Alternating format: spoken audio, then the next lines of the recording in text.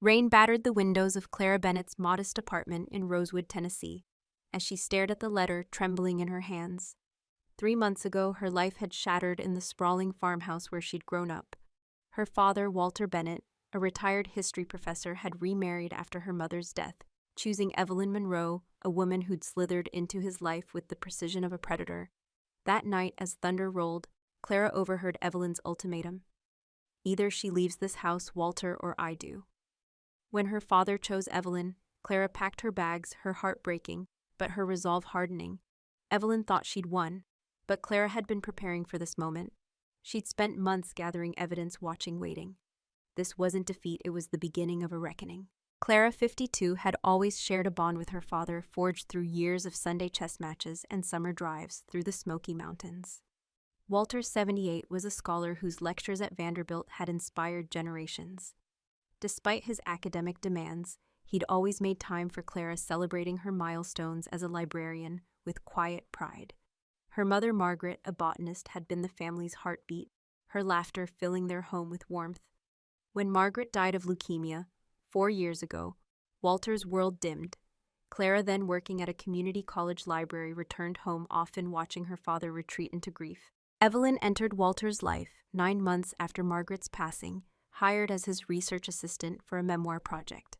At 60, she was polished, her silver hair impeccable, her charm disarming. Clara met her at a university fundraiser, where Evelyn's compliments felt too calculated, her smile too sharp. "Your father speaks so highly of you," she'd said, her eyes scanning Clara like a ledger. Walter, desperate for light in his darkness, was captivated. Within 6 months, they were engaged. Clara tried to support her father, but unease gnawed at her. Evelyn's presence felt like an invasion, her suggestions too quick to reshape their family's legacy. Where are you listening from today? Have you ever had to step away from someone you love to protect them? Share your thoughts below, and let's begin Clara's journey of reclaiming her family's heart. Clara's childhood home in Rosewood was a sanctuary of memories. Margaret's wildflower garden. Walter's study, lined with books, the kitchen where they'd baked pies together. When Clara moved back after her mother's death, working remotely as a librarian, she hoped to help Walter heal. But Evelyn had other plans. She reorganized Margaret's kitchen, claiming it was cluttered. She suggested turning Clara's old bedroom into a yoga studio, dismissing its sentimental value. "You're only here temporarily, Clara," Evelyn said, her tone sweet but barbed. Walter, once decisive, grew passive under Evelyn's influence. Clara noticed a pattern. Evelyn proposed changes. Walter hesitated, then complied. Photos of Margaret vanished from the walls, replaced by sleek, modern art. The garden was bulldozed for a minimalist patio. Clara's friends, Ellen and Marcus, both local teachers, urged her to act. "She's erasing your mom," Marcus warned over coffee at Rosewood's diner. Ellen, more cautious, suggested Evelyn was just asserting dominance. But Clara's librarian instincts, honed by years of research, screamed that something was wrong. One evening, Clara overheard Evelyn arguing with Walter about finances. "Why do we need Clara's input on the lake house renovations?" Evelyn snapped. "It's our future, Walter." Clara's stomach churned. The lake house, a family heirloom, held memories of summer retreats. When she found Margaret's antique quilt listed online, Evelyn claimed it was a mistake. Clara's suspicions deepened. She began documenting everything: missing items, overheard conversations, Evelyn's subtle barbs about Clara's temporary stay. Have you ever sensed someone rewriting your family's story? How did you respond? Share your experiences as Clara's plan takes shape. Clara's job kept her grounded, her remote work, allowing her to stay in Rosewood while maintaining distance from Evelyn's growing hostility. She converted the sunroom into an office where she cataloged Evelyn's actions. Small incidents piled up: Clara's books, misplaced her mother's teacup, shattered Evelyn's excuses, always plausible. More troubling were financial red flags. Clara found bank statements in the trash revealing $25,000 in unexplained withdrawals since Evelyn's arrival. When she raised concerns, Walter grew defensive. "Evelyn's helping me manage," he said. "You're overreacting, Clara." The tension escalated when Clara returned from a library conference to find her bedroom transformed into Evelyn's creative space, her belongings shoved into a guest room. "It gets better, light," Evelyn said, her smile smug. The final blow came when Clara caught Evelyn wearing Margaret's pearl necklace at a charity event. "Walter said I could borrow it," Evelyn purred. Later, Clara overheard Evelyn on the phone. The daughter's a problem, but he's almost ready. A few more months and we're set. Clara's blood ran cold. Evelyn wasn't just claiming the house, she was after Walter's entire legacy. Clara confided in Ellen and Marcus, who urged her to investigate Evelyn's past. She's too polished, Marcus said. Nobody's that perfect without a trail. Clara agreed. It was time to uncover who Evelyn Monroe really was and stop her before she destroyed everything. What would you do if you overheard a plan to betray someone you love? Let's follow Clara as she digs deeper. Clara approached her investigation like a research project, using her librarian skills to unearth Evelyn's history. A background check revealed Evelyn had changed her name twice, with a trail of bankruptcies and relationships with wealthy widowers. Clara contacted Paul Grayson, the son of one of Evelyn's ex-husbands, a Nashville attorney. Over a video call, Paul's story mirrored Clara's fears. She drained my father's savings, he said. By the time we realized she'd moved on, she's a professional. Clara installed a discreet camera in her room, capturing Evelyn rifling through her papers, photographing bank statements. She documented financial discrepancies, including new credit cards in Evelyn's name with $40,000 in charges. Clara secured Margaret's remaining jewelry in a safe deposit box and opened a private bank account shielding her savings. She consulted a lawyer, Diane, who specialized in financial abuse. Build a paper trail, Diane advised. If Evelyn escalates, you'll need proof. Walter's colleague, Dr. Helen Carter, called with alarming news. Walter was considering selling his rare book collection, a lifelong passion, to fund new adventures with Evelyn. This isn't him, Helen said. Clara's heart sank. Evelyn was isolating Walter, pushing him toward decisions that would liquidate his assets. Clara knew she had to act, but confronting Evelyn too soon could backfire. She needed undeniable evidence and the perfect moment. Have you ever had to gather evidence in secret to protect someone? Share your story as Clara prepares for battle. The breaking point came during a tense dinner in August. Evelyn announced plans to sell the lake house, dismissing its sentimental value.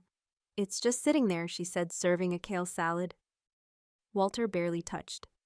Clara mentioned Margaret's hand-painted ornaments stored in the attic. Evelyn waved a hand. I donated them. They were outdated. Clara's anger flared. Those were my mother's, she said. You had no right. Evelyn's mask slipped.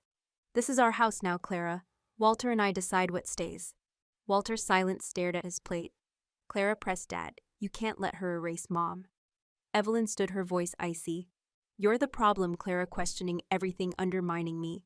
Walter, it's her or me. Clara waited, heart pounding, for her father to defend her. Instead, he said, Clara, maybe it's time you moved out. We need space. The betrayal cut deep, but Clara saw the trap. Fighting now would only strengthen Evelyn's grip. I understand, she said, her voice steady. That night she packed essentials, photos, documents, Margaret's letters, and left a note for Walter. I love you, Dad. When you're ready to talk without Evelyn, I'm here. At midnight she drove to Ellen's, tears falling, but resolve intact.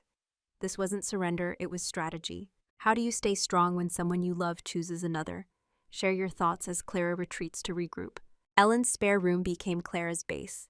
Processing Walter's betrayal was excruciating, but Clara channeled her pain into action. Walter texted daily vague messages about settling and no apology for choosing Evelyn. Clara responded minimally, keeping the connection open while hiding her plans. She met with Diane, who confirmed Walter's legal competence limited their options. We can protect assets preemptively, Diane said, locating Walter and Margaret's trust, which secured the lake house, and key investments. Clara expanded her investigation, interviewing 2 more of Evelyn's ex-partners. Their stories echoed Paul's rapid romances, financial losses, isolation. She tracked Evelyn's spending $60,000 in luxury purchases, resaleable items like watches and art. A real estate agent's email revealed Evelyn's inquiries about offshore properties in Belize, a non-extradition country. Clara's evidence grew, but she needed a catalyst to open Walter's eyes. She'll slip, Diane said. Be patient. Clara leased a secure apartment under an LLC, maintaining her remote work. Ellen and Marcus supported her, Ellen offering emotional grounding, Marcus securing her digital accounts. During bi-weekly lunches with Walter, Clara avoided confrontation, planting subtle reminders of Margaret. Remember Mom's rose garden, she'd say, watching his eyes flicker with doubt. The wait was agonizing, but Clara knew timing was everything. Have you ever had to bide your time for justice? Tell us how as Clara's plan nears its climax. In October, as Evelyn finalized plans for a European sabbatical, Walter called, his voice trembling. Clara, I've made a mistake. Can we meet at Rosewood's Bluebird Cafe? Walter looked frail, his confidence eroded. He showed Clara bank statements with $150,000 in unauthorized withdrawals. Evelyn said it was for travel, but I checked our safe. Your mother's emerald ring is gone.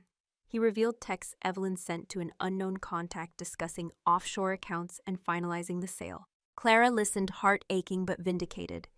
There's more, Dad. Over coffee, she presented her evidence, Evelyn's past financial records, testimonies, the Belize inquiries. Walter's face crumpled as the truth sank in. She threatened to call me senile if I fought her, he whispered. I was so lonely after your mother, I didn't see it. Clara squeezed his hand. You're not alone. We'll fix this. They planned with Diane, freeze accounts. Secure assets, confront Evelyn with legal backing. Walter admitted his shame. I pushed you away, Clara. How can you forgive me? She smiled softly. Mom taught us family fights together. As they left, Clara felt relief and resolve. The battle was far from over, but Walter was back on her side. What's it like to see someone you love wake up to betrayal? Share your story as Clara and Walter prepare to strike. The next morning, Walter arrived at Diane's office with documents and Margaret's remaining jewelry secured while Evelyn was at a salon. Diane froze joint accounts and documented assets. Walter signed powers of attorney protecting his estate. Evelyn's texts grew frantic as her bank access failed. She's unraveling, Diane said. Stay sharp. They arranged a meeting at Diane's office, luring Evelyn with a pretext about paperwork. She arrived poised but wary, her smile fading at the sight of Clara, Walter, Diane, and a table of evidence. Diane presented the case: unauthorized transfers, hidden accounts, stolen heirlooms.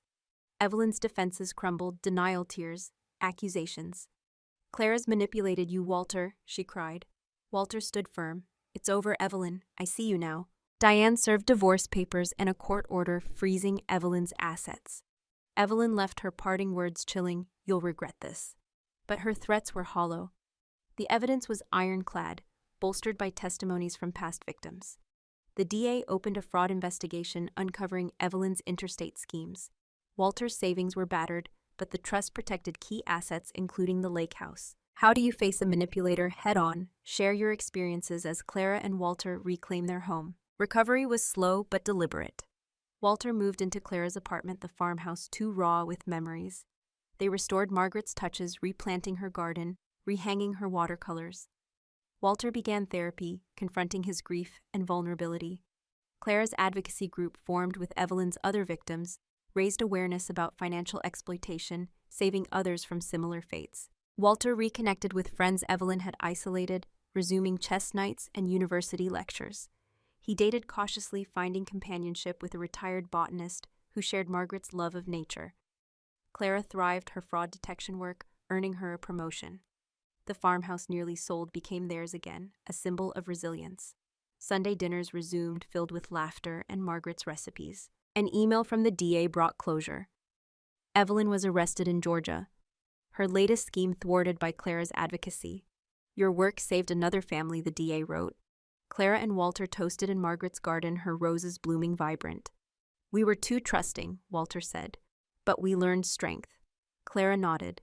Mom's bridge is beautiful but unbreakable. What does rebuilding after betrayal look like for you? Share as Clara and Walter find peace.